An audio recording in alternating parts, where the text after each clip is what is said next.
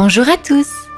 L'histoire d'aujourd'hui s'intitule « La timidité de Laineux, une histoire de rentrée ». Nous allons débuter cette petite histoire écrite et réalisée par le monde des enfants. Mais avant, je te demanderai très rapidement de t'abonner et de cliquer sur la petite cloche de notification pour ne rien manquer de toutes nos belles histoires. Merci par avance à toi. Allez, sans plus attendre, nous commençons.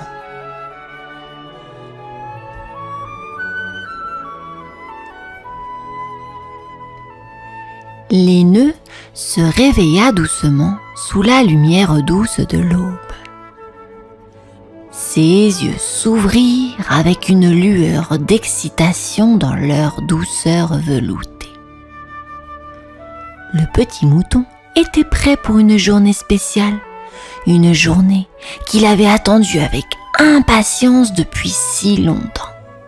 Sa première rentrée des classes.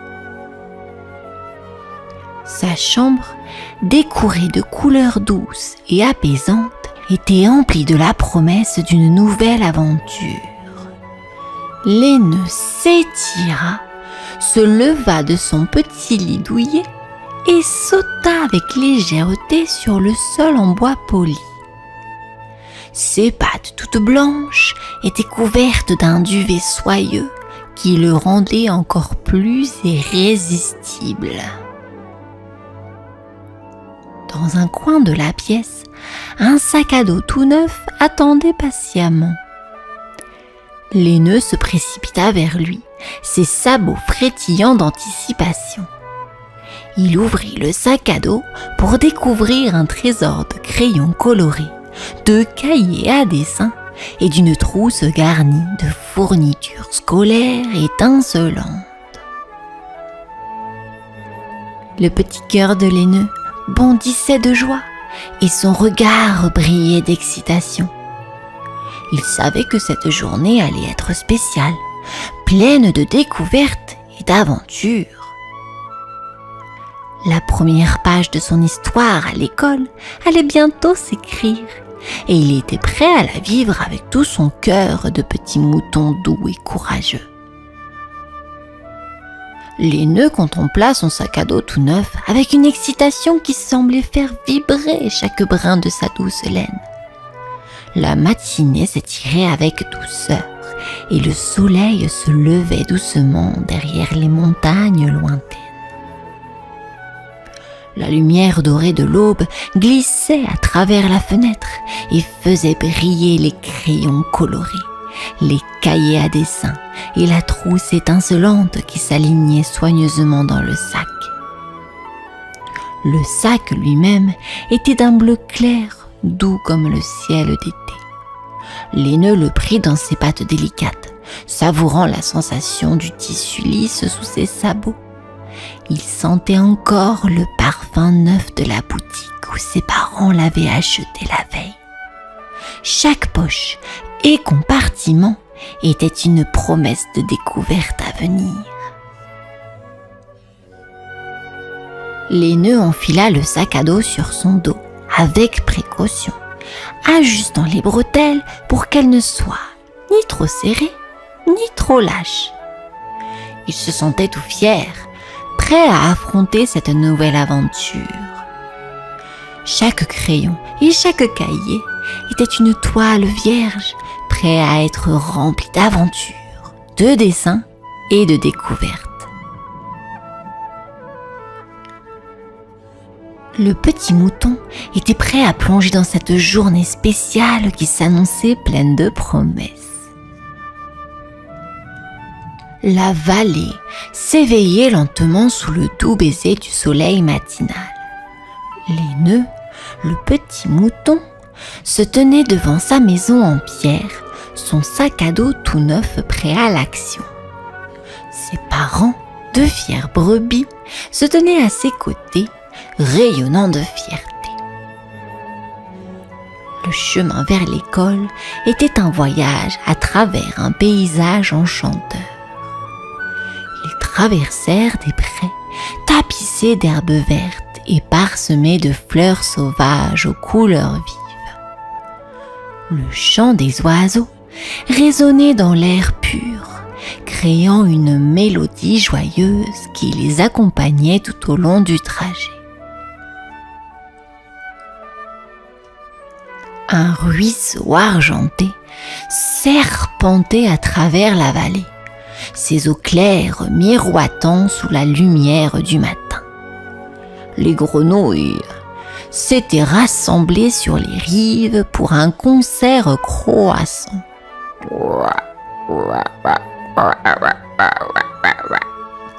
Leur voix résonnait en harmonie avec le murmure de l'eau.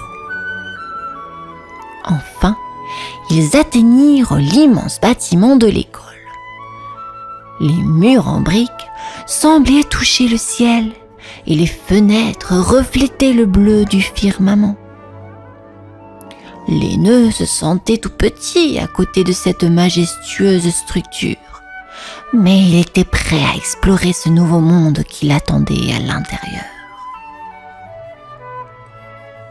Le bâtiment de l'école se dressait majestueusement devant Laineux, le petit mouton.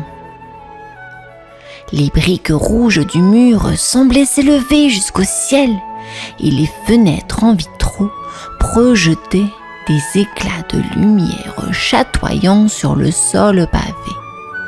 C'était comme s'il pénétrait dans un château enchanté. Laineux avança prudemment, ses sabots résonnant légèrement sur les pavés. Il se sentait tout petit face à cette gigantesque structure. Les portes d'entrée étaient immenses et il dut lever la tête pour les franchir. L'intérieur était tout aussi impressionnant. Les murs étaient ornés de peintures colorées et des affiches joyeuses décoraient les couloirs. Il découvrit une cour de récréation immense, avec des balançoires qui semblaient toucher les nuages et un toboggan qui tourbillonnait comme un manège. Des enfants de toutes sortes jouaient en riant, créant un brouhaha joyeux qui résonnait dans l'air. L'école était un véritable labyrinthe. Les couloirs semblaient s'étendre à l'infini, avec des portes mystérieuses qui donnaient sur des salles de classe remplies de secrets à découvrir. Laineux avait hâte de commencer cette nouvelle aventure, même si l'école lui paraissait plus grande que tout ce qu'il avait jamais imaginé. Laineux, le petit mouton, se trouvait au milieu des couloirs labyrinthiques de l'école, tentant de suivre le gentil gardien, Monsieur Berger, qui lui indiquait le chemin vers sa salle de classe. Les murs, ornés de dessins d'enfants, semblaient se rapprocher et s'éloigner comme des vagues. Ils tournèrent à gauche, puis à droite, mais la salle de classe restait introuvable. Les portes en bois poli semblaient toutes identiques, chacune renfermant un mystère différent.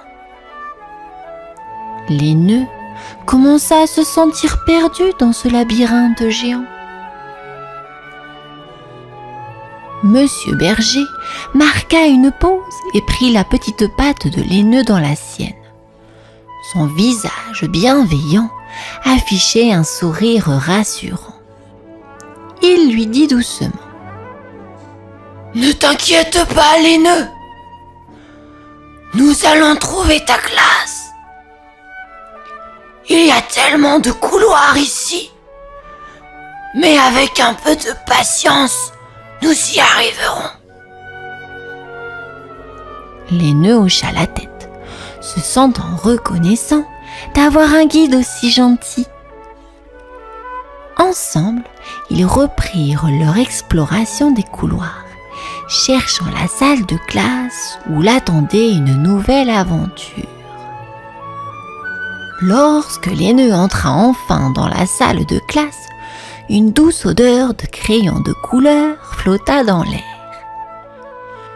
Tous les autres animaux étaient déjà assis, souriants et curieux, attendant le début de la journée.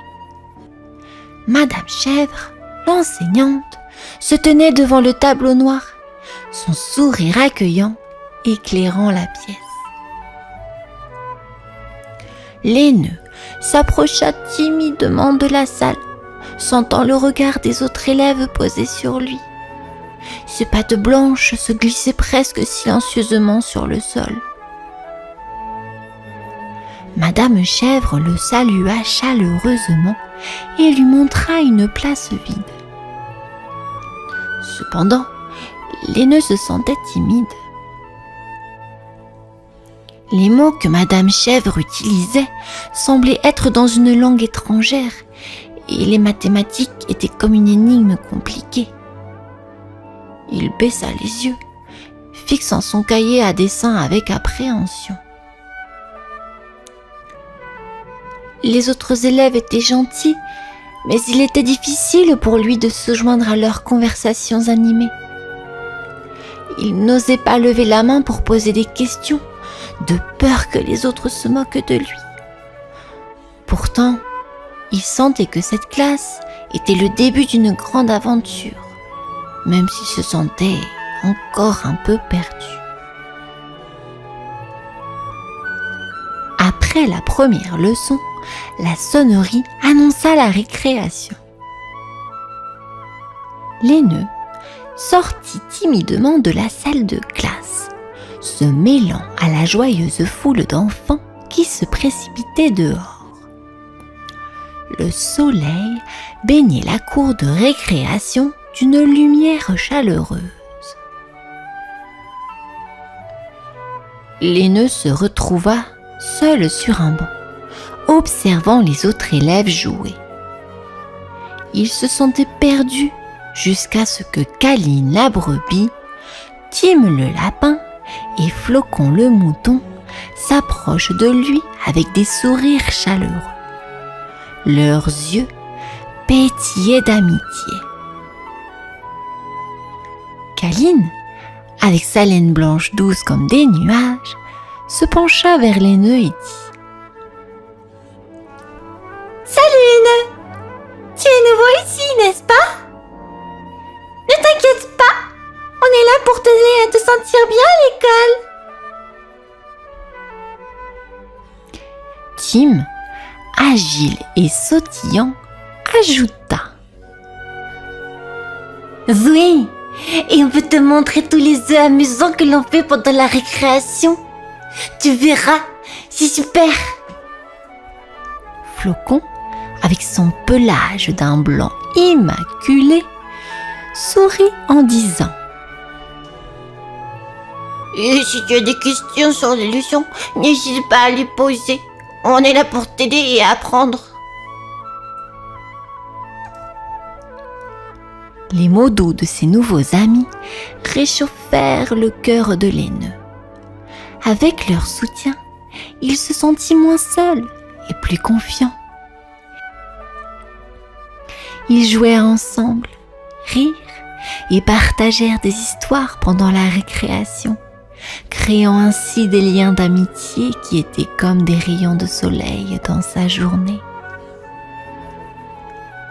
Les jours à l'école s'écoulaient doucement pour l'aîneux. Grâce à l'amitié et au soutien de ses camarades, Caline, Tim et Flocon, il commençait peu à peu à s'adapter à ce nouvel environnement. Les leçons de mathématiques, de lecture et d'écriture devenaient de moins en moins mystérieuses. Un jour, l'aîneux réussit à écrire son nom pour la première fois. Il était assis à son pupitre, le crayon entre ses sabots, concentré sur chaque lettre. Les lignes du L, du A, du I, du N, du E et du U prenait forme sur la page blanche et son visage s'illumina de fierté.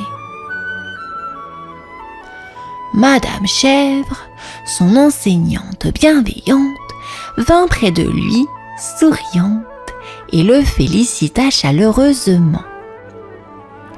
Laineux se sentit tout fier, comme si une porte s'était ouverte vers de nouvelles possibilités.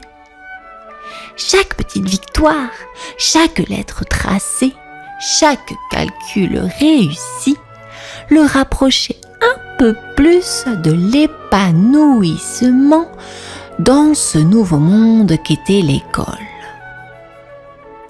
Chaque jour était une occasion de grandir et d'apprendre. Et Laineux était prêt maintenant à relever ses défis avec courage. Un après-midi ensoleillé, Caline, Tim et Flocon proposèrent à Laineux de partir à l'aventure dans les couloirs mystérieux de l'école. Ils quittèrent la salle de classe en douce, leurs pattes soyeuses glissant silencieusement sur le carrelage lustré.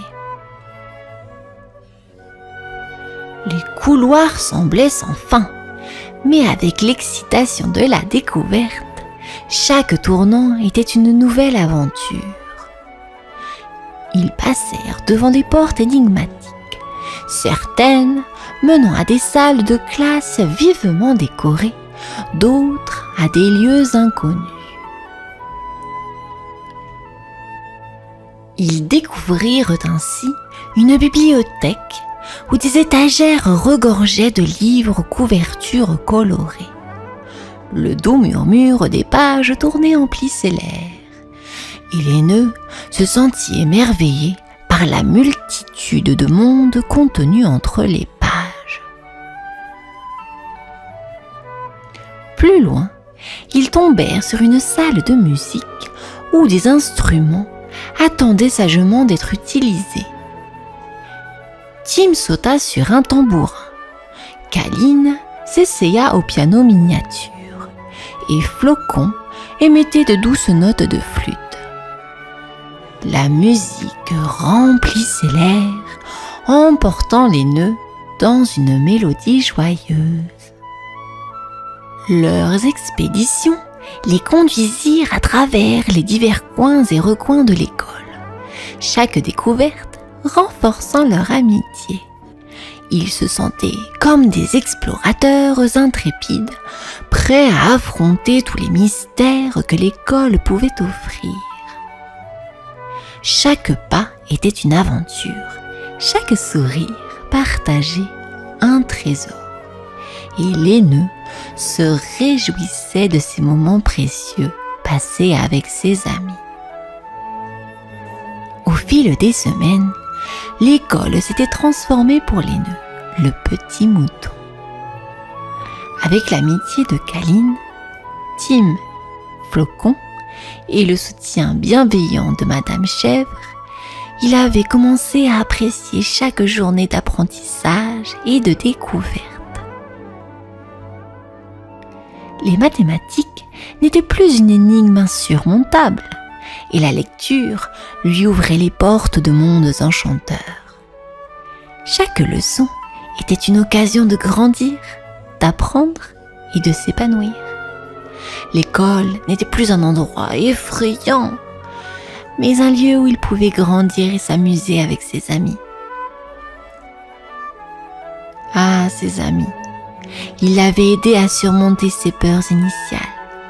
Il l'avait guidé dans les couloirs labyrinthiques, l'avait encouragé à poser des questions en classe et l'avait initié aux joies de la récréation. La camaraderie était comme un doux rayon de soleil qui brillait sur son chemin à l'école.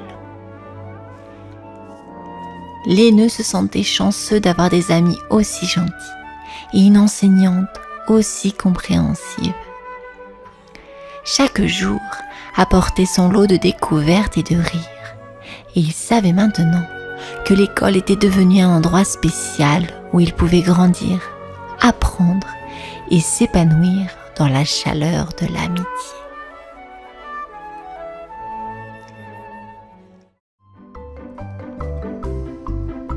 Chapitre 1.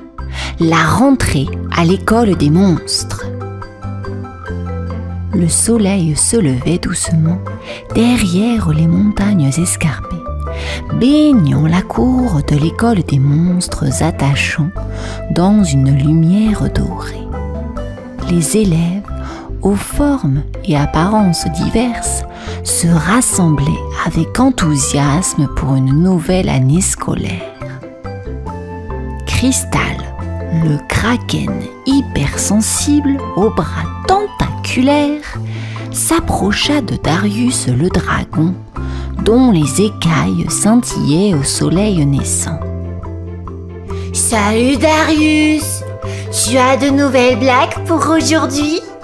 demanda Cristal, ses tentacules chatouillant l'air. Darius éclata de rire, une bouffée de fumée s'échappant de ses narines. « Bien sûr, Cristal, voici une pour toi. Pourquoi les dragons n'aiment-ils jamais jouer aux cartes? Parce qu'ils sont toujours tentés de brûler les as. » Cristal éclata de rire, ses yeux pétillants d'amusement. « Tu es vraiment le meilleur, Darius !» Les autres élèves, des créatures aux apparences et caractéristiques tout aussi uniques, se rassemblèrent autour d'eux, excités à l'idée de cette nouvelle année à l'école des monstres attachants. Chapitre 2. Cours de vol avec Griffe. Le soleil était désormais bien haut dans le ciel, et les élèves de l'école des monstres attachants se dirigèrent vers le terrain d'entraînement pour le cours de vol avec Griffe, le griffon empathique aux ailes majestueuses. Griffe s'éleva gracieusement dans les airs, les plumes de ses ailes brillant au soleil. Il leur adressa un sourire chaleureux. « Bienvenue, chers élèves! Aujourd'hui, nous allons explorer les merveilles du vol! » Pour les élèves qui possédaient des ailes, ils bâtirent des ailes avec enthousiasme, mais certains eurent du mal à s'élever.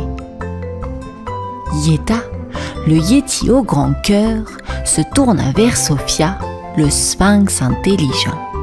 « Sophia, tu pourrais peut-être nous donner un conseil pour voler plus facilement ?» demanda-t-il, affichant une expression compatissante.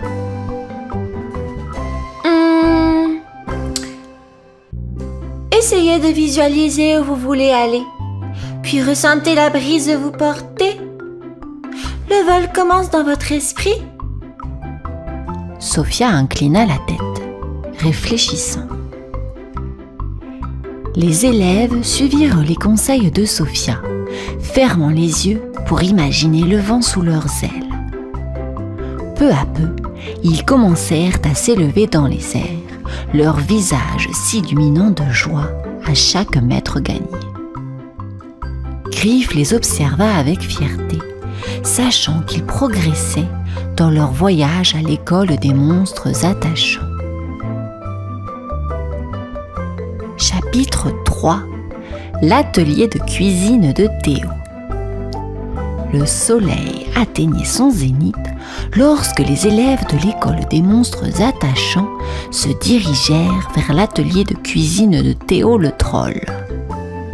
Une délicieuse odeur planait déjà dans l'air. Théo, avec son tablier taché, se tenait devant sa marmite fumante. Il distribua des bols de soupe aux élèves affamés. Cristal, le kraken hypersensible, se lécha les lèvres. Théo, comment fais-tu pour que ta soupe soit toujours si délicieuse? Théo sourit en remuant sa louche dans la marmite. Théo sourit en remuant sa louche dans la marmite. La clé, Cristal, c'est l'amour. J'y mets tout mon cœur et cela se ressent dans chaque saveur. Les élèves savourèrent la soupe, les arômes savamment mélangés, les transportant dans un tourbillon de délices. Les papilles de chacun s'épanouirent et un sentiment de chaleur et de camaraderie imprégna l'atelier de cuisine de Théo, où les monstres attachants se régalaient dans sa cuisine divine. Chapitre 4. Une énigme de Sophia. Le lendemain, dans la salle de classe de l'école des monstres attachants, Sophia, le sphinx au savoir immense, avait préparé une énigme pour ses camarades. Elle se leva devant la classe, un sourire énigmatique aux lèvres. Je vais vous poser une énigme, mes amis. Écoutez bien. Je suis une énigme sans fin. Une question sans réponse. Qui suis-je? Darius le dragon leva la main avec enthousiasme. Une énigme sans fin. Sophia acquiesça, ses yeux brillants d'approbation. Exact, Darius. Vous avez l'œil pour les mystères. Les camarades applaudirent et se regardèrent avec des expressions de satisfaction. Sophia avait cette manière unique de stimuler leur esprit et de les pousser à réfléchir. Et c'était l'une des raisons pour lesquelles l'école des monstres attachants était un endroit si extraordinaire, où l'apprentissage était un plaisir constant. Chapitre 5. Les câlins de Cristal. Le soleil se couchait lentement sur l'école des monstres attachants, créant un spectacle de couleurs chatoyantes dans le ciel. Les élèves s'étaient rassemblés dans la cour après une journée bien remplie. Cristal, le kraken hypersensible aux bras tentaculaires, remarqua que Griffe, le griffon empathique, avait l'air triste. Il s'approcha de lui, inquiet. Griffe, ça ne va pas? Besoin d'un câlin? Demanda Cristal, ses tentacules se balançant doucement. Griffe hocha la tête, un léger renflement dans la gorge. Cristal enveloppa doucement ses bras tentaculaires autour de Griffe, créant une étreinte réconfortante. Les ailes majestueuses de Griffe se déployèrent légèrement pour accueillir le geste d'affection.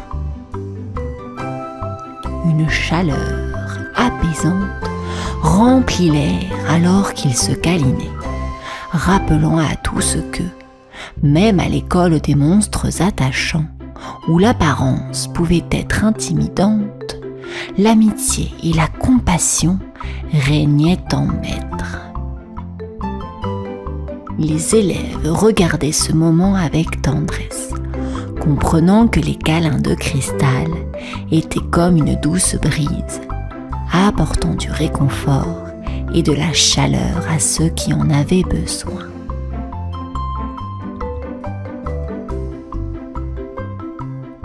Chapitre 6. Une leçon d'empathie avec Griffe.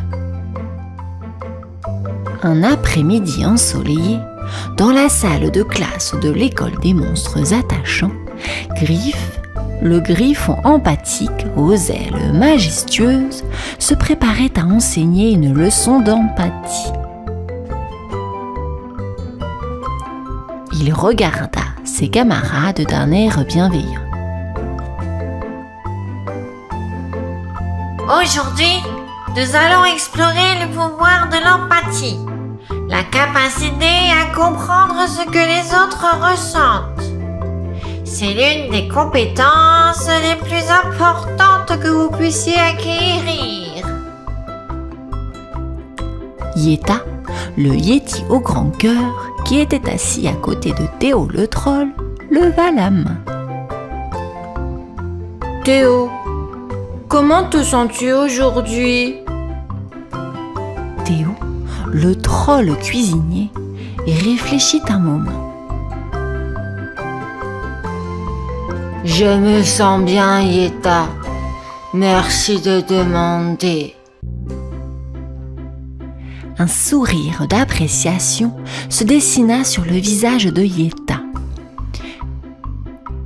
Cette simple question et la réponse honnête de Théo témoignaient de la manière dont l'empathie était enseignée et pratiquée à l'école des monstres attachants, créant des liens solides entre les élèves et renforçant l'idée que l'acceptation et la compréhension étaient les piliers de leur communauté.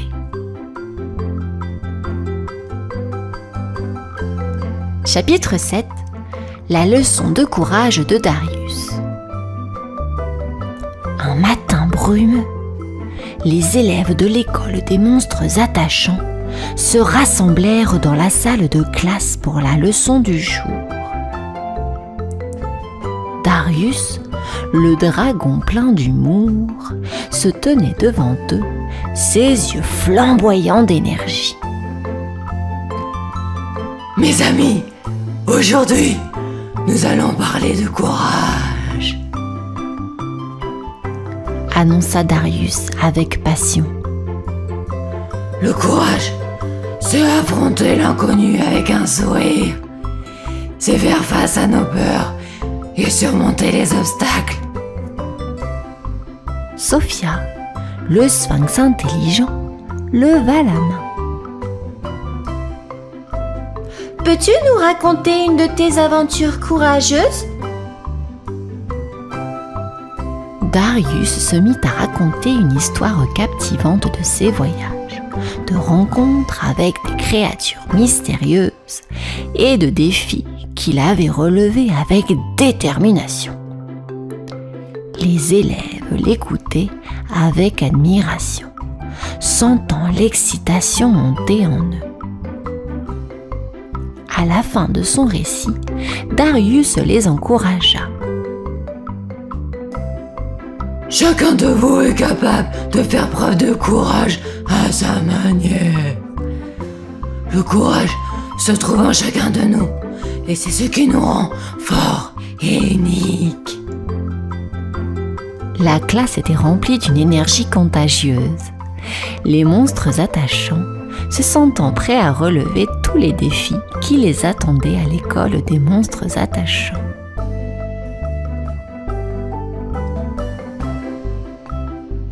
Chapitre 8. Le concours de blagues de Darius. C'était un après-midi ensoleillé.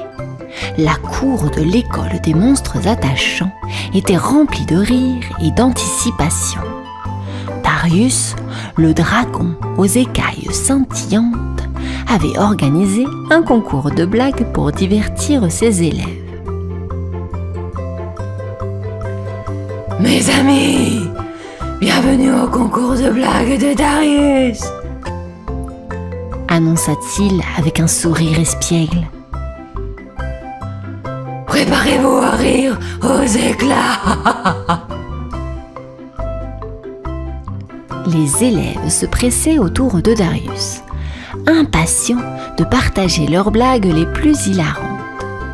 Chacun y allait de sa meilleure vanne. Sophia, le sphinx intelligent, leva la main. Darius, tu devrais essayer celle-ci. Pourquoi les dragons n'ont-ils jamais de rhume? Parce qu'ils éternuent toujours du feu. Darius éclata de rire, sa voix résonnant comme un tonnerre lointain. Sophia, tu es vraiment douée pour les blagues. Le concours se poursuivit avec des éclats de rire et des jeux de mots amusants, montrant que, même en étant différents les uns des autres, les monstres attachants partageaient un sens de l'humour contagieux. Ce moment léger renforçait leur amitié et leur joie de vivre à l'école des monstres attachants.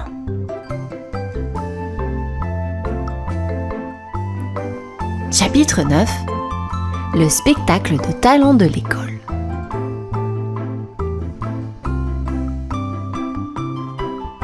La fin de l'année approchait à l'école des monstres attachants et l'excitation montait.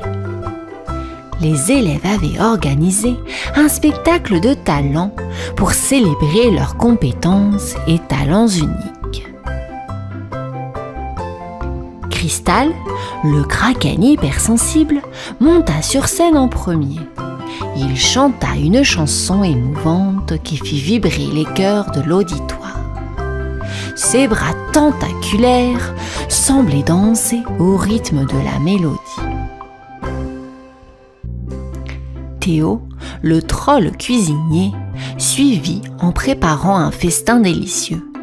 Les saveurs délicates remplissaient l'air, faisant saliver les spectateurs. Chaque bouchée était une explosion de saveurs exquises. Yeta, le yéti au grand cœur, fit une danse gracieuse qui était à la fois élégante et captivante. Sa taille imposante contrastait avec sa grâce naturelle. Sophia, le sphinx intelligente, présenta une énigme complexe qui laissa l'auditoire perplexe. Les élèves se grattaient la tête, cherchant la réponse. Griffe, le griffon empathique, quant à lui, conclut le spectacle en partageant un moment de tendresse, en démontrant la puissance de l'empathie. Le spectacle de talent était un moment inoubliable, rappelant à tous que chaque monstre attachant avait des compétences spéciales à partager, créant une communauté riche en diversité et en talent à l'école des monstres attachants.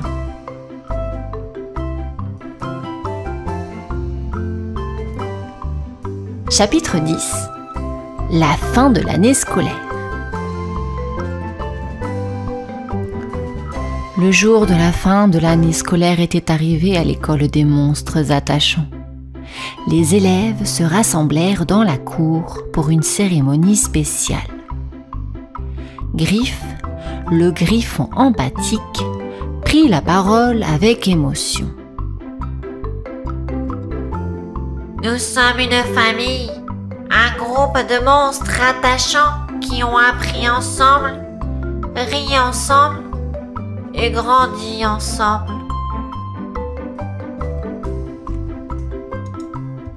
Théo, le troll cuisinier, fit un signe de la tête et ajouta. Nous sommes tous différents, mais c'est ce qui fait de nous une communauté unique. Yeta, le yéti au grand cœur, sourit chaleureusement. Nous avons appris à embrasser nos différences et à célébrer ce qui nous rend spéciaux.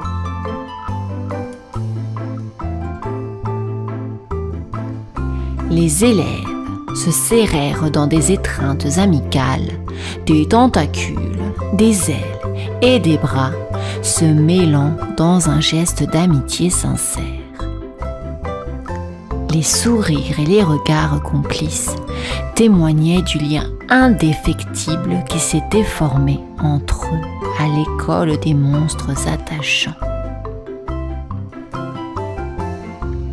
La cérémonie de clôture n'était pas un adieu, mais plutôt une affirmation de leur amitié durable, prouvant une fois de plus que, dans ce monde magique où les apparences étaient trompeuses, l'acceptation et l'amour étaient les valeurs fondamentales qui les unissaient.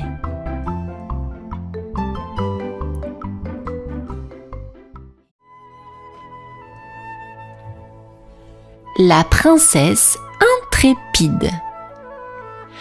Isabella était assise à la fenêtre de sa chambre, le clair de lune jetant une lueur argentée sur son visage. Ses yeux étincelaient d'admiration en contemplant les étoiles scintillantes dans le ciel nocturne.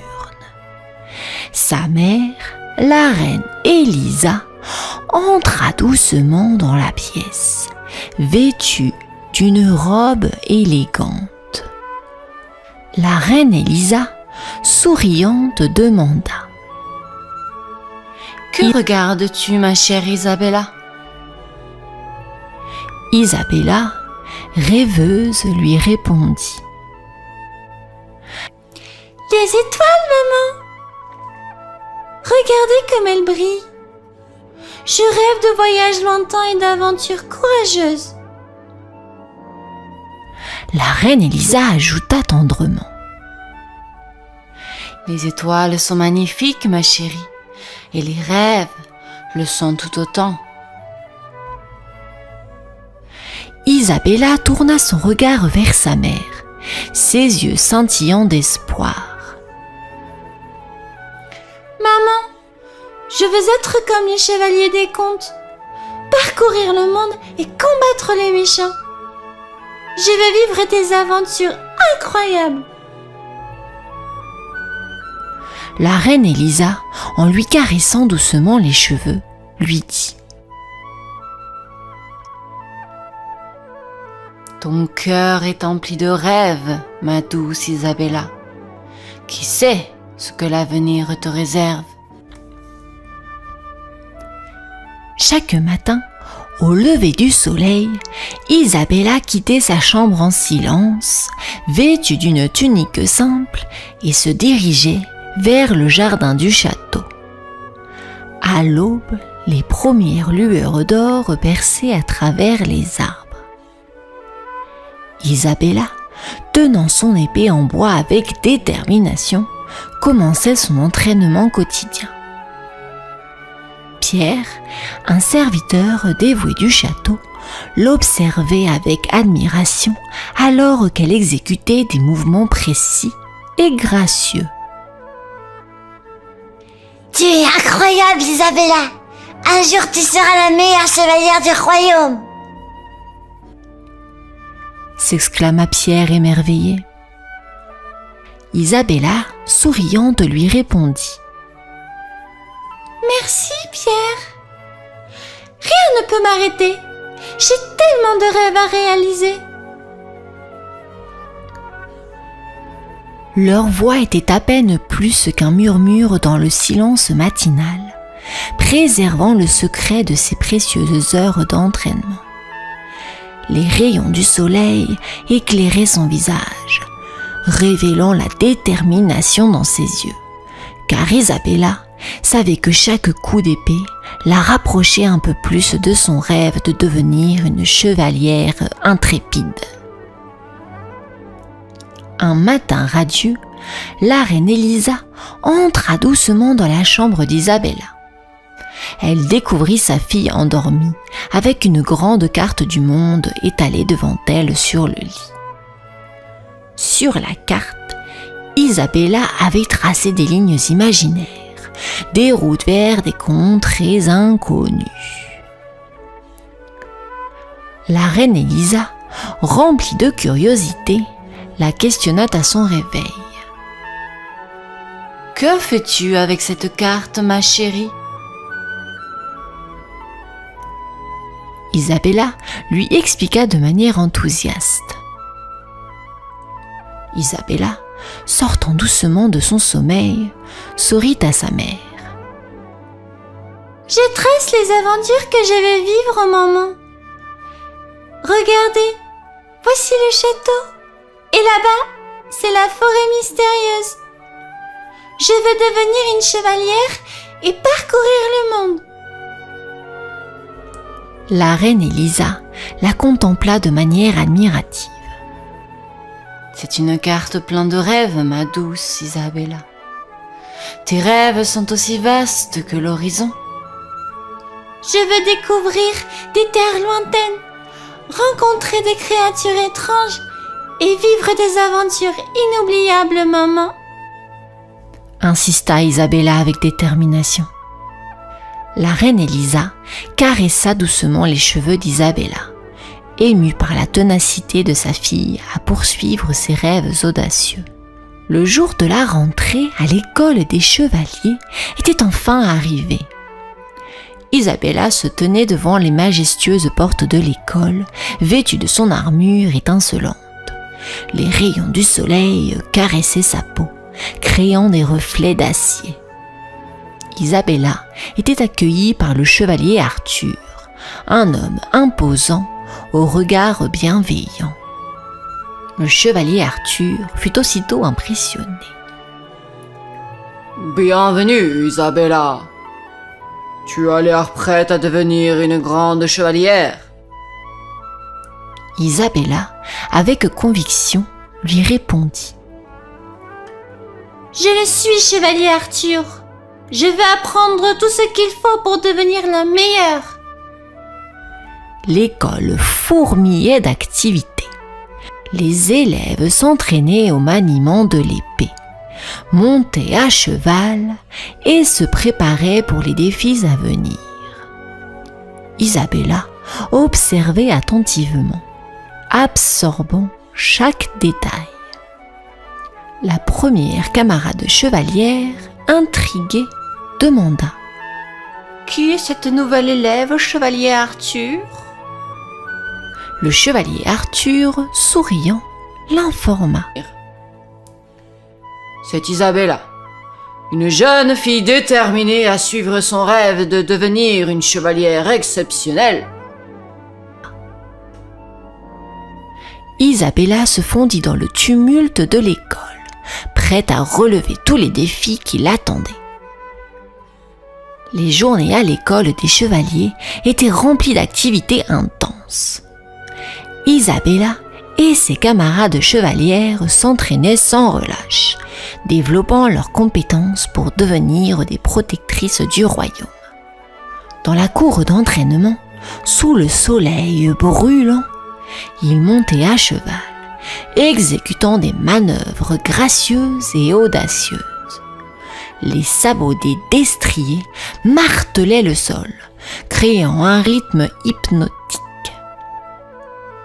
Tout essoufflée, la camarade chevalière s'exclama.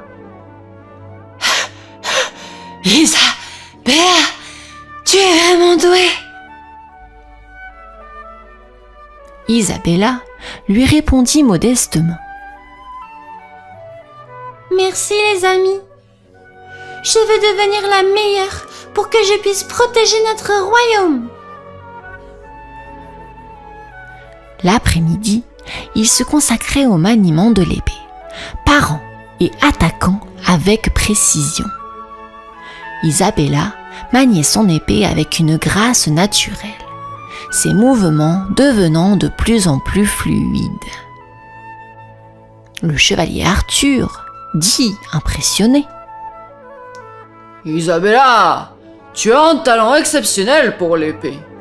Tu pourrais devenir une véritable légende. » Isabella s'exprima, l'air déterminé. « C'est ce que je veux, chevalier Arthur. Je ferai tout pour y parvenir. » Chaque jour à l'école des chevaliers la rapprochait de son rêve de devenir une chevalière intrépide, prête à affronter toutes les épreuves qui se dressaient sur son chemin. Isabella passait ses nuits à contempler les étoiles, allongée sur le rebord de sa fenêtre, les yeux plongés dans l'obscurité scintillante du ciel. Les étoiles semblaient briller plus intensément pour elle, révélant son insatiable soif d'aventure. Isabella annonça rêveuse. Un jour, je partirai à l'aventure et je deviendrai une légende. Le vent doux caressait ses cheveux, tandis qu'elle imaginait des terres lointaines, des forêts mystérieuses et des créatures fantastiques. Elle se voyait chevauchant à travers des contrées inconnues, son épée étincelante à la main. Je rencontrerai des dragons majestueux et des sorciers puissants. Rien ne pourra m'arrêter. Les étoiles semblaient briller en signe d'approbation, comme si elles savaient que le cœur d'Isabella était rempli de courage et de détermination. Chaque nuit, elle se préparait mentalement pour les aventures à venir, sachant qu'elle était née pour vivre des moments extraordinaires. Un jour, une grande menace se plana sur le royaume d'Isabella. Un dragon féroce, aux écailles d'obsidienne et aux yeux de braise, s'abattit sur le château. Ses rugissements retentissaient comme des tonnerres déchaînés, faisant trembler les murs. La reine Elisa était inquiète. « Le dragon menace notre royaume, Isabella. Nous devons agir rapidement. » Isabella, désormais une chevalière accomplie, se porta volontaire pour affronter la bête. Je ne laisserai pas ce dragon détruire notre royaume, maman. Je suis prête. Le peuple du royaume se rassembla pour regarder Isabella s'éloigner, son armure étincelante reflétant la lueur des flammes du dragon. Elle chevaucha vers l'inconnu, son cœur battant à l'unisson avec son courage, prête à défendre son royaume et à relever le défi le plus grand de sa vie. Isabella s'enfonça dans une quête périlleuse pour trouver le dragon qui menaçait son royaume. Elle traversa des forêts sombres, où les arbres se dressaient comme des sentinelles mystérieuses et où les murmures du vent semblaient des avertissements silencieux. La jeune chevalière grimpa des montagnes escarpées, gravissant des sentiers sinueux alors que l'air devenait plus fin et glacé. Elle ressentit la solitude de la nature sauvage, mais son esprit était rempli de détermination. Je ne peux pas faiblir maintenant. Le royaume compte sur moi. Puis, elle atteignit une rivière tumultueuse où les eaux s'écoulaient avec une puissance inébranlable. Isabella chevaucha à travers le courant furieux, son destrier montrant une force égale à la sienne. À chaque étape, Isabella se rapprochait du lieu où le dragon se cachait, son cœur battant au rythme de l'aventure qui l'attendait. Elle était prête à affronter tous les dangers pour protéger son royaume bien-aimé. Isabella chevaucha à travers une vallée reculée, suivant les indices qui la menaient vers le repère du dragon. L'atmosphère était chargée de tension alors qu'elle sentait la présence du monstre approcher. Au détour d'un virage, elle vit enfin la créature majestueuse, le dragon, aux écailles d'obsidienne brillantes sous le soleil, crachant des flammes ardentes. Les yeux de la bête étaient chargés d'un rouge intense, lançant des éclairs de colère. Dragon s'exclama en grondant. « Comment oses-tu t'aventurer ici, chevalier ?» Mais Isabella resta inébranlable. Je suis Isabella, la chevalière du royaume, et je suis ici pour te stopper. Le combat qui s'ensuivit fut épique.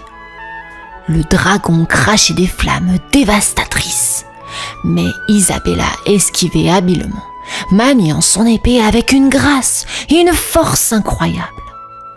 Le bruit du métal contre les écailles du dragon remplissait l'air d'un courant électrique.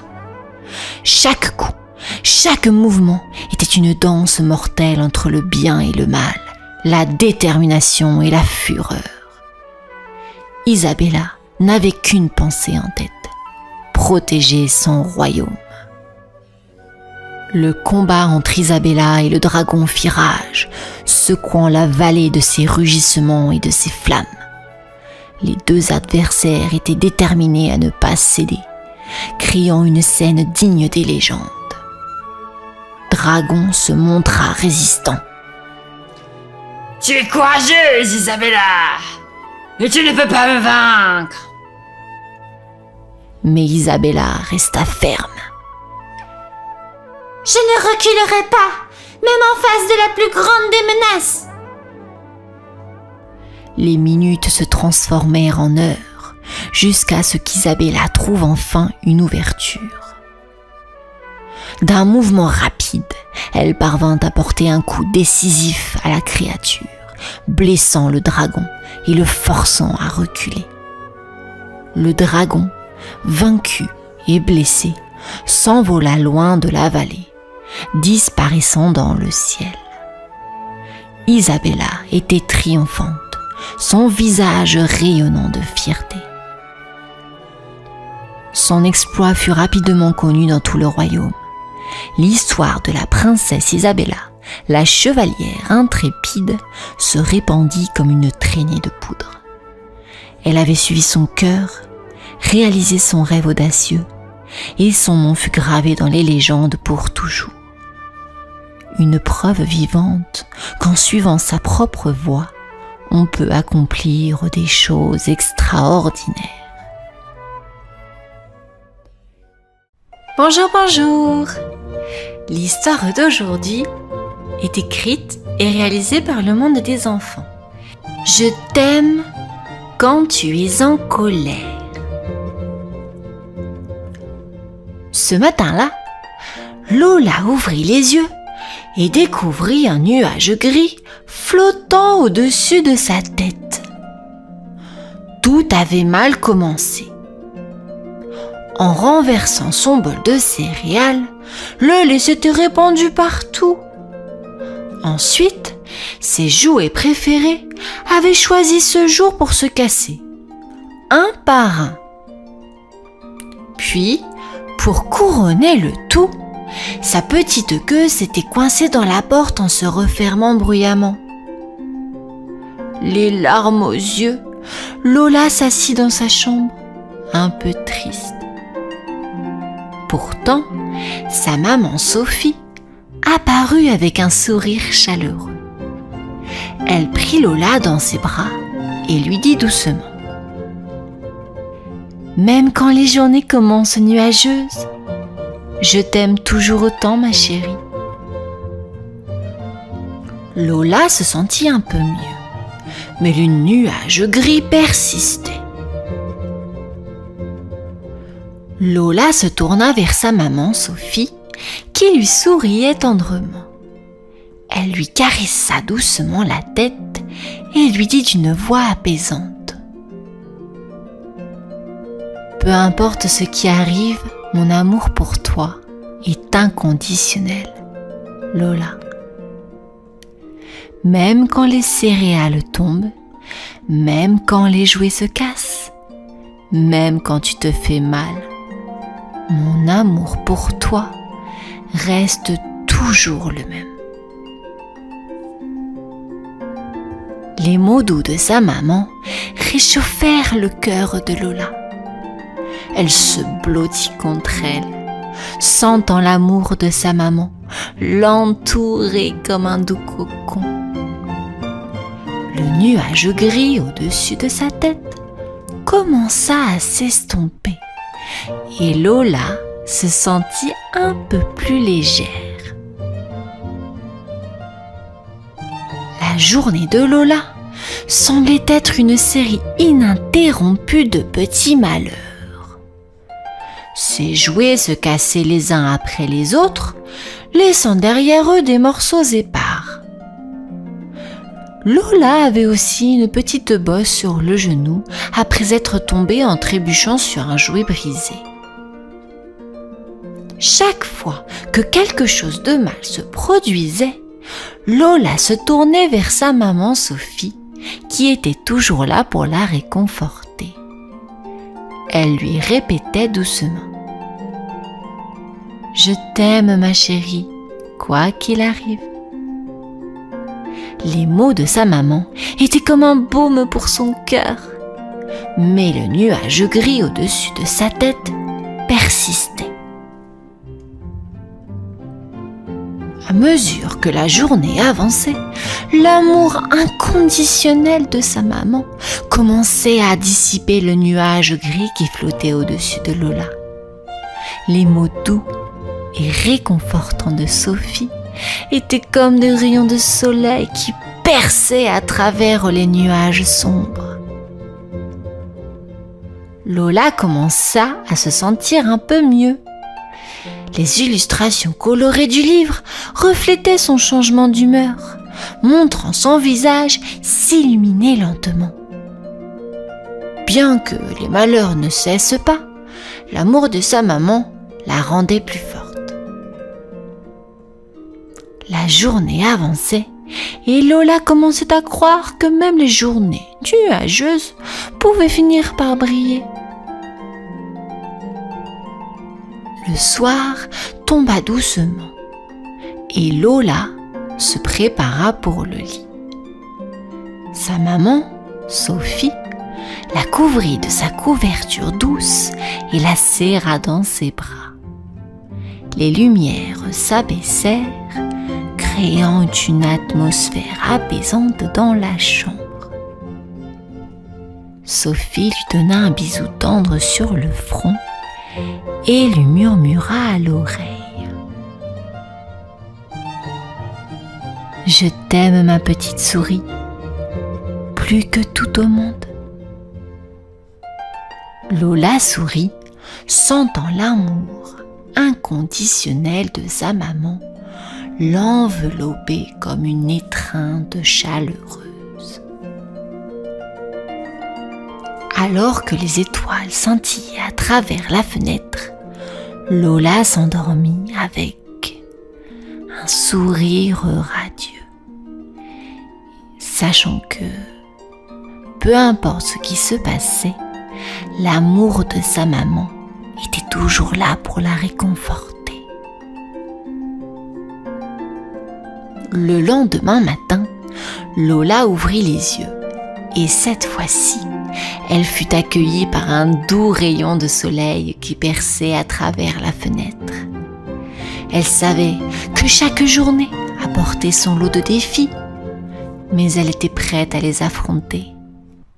Elle se leva de son lit douillet, se souvenant des paroles réconfortantes de sa maman la veille soir. Lola savait qu'elle pouvait faire face à tout, tant qu'elle avait l'amour inconditionnel de sa maman à ses côtés. Avec un sourire confiant, Lola se prépara pour une nouvelle journée, prête à affronter tous les hauts et les bas que la vie lui réservait, car elle savait que l'amour de sa maman ne la quitterait jamais. Et c'est ainsi que cette histoire se termine. J'espère qu'elle t'aura plu. Je te dis à bientôt. Au revoir.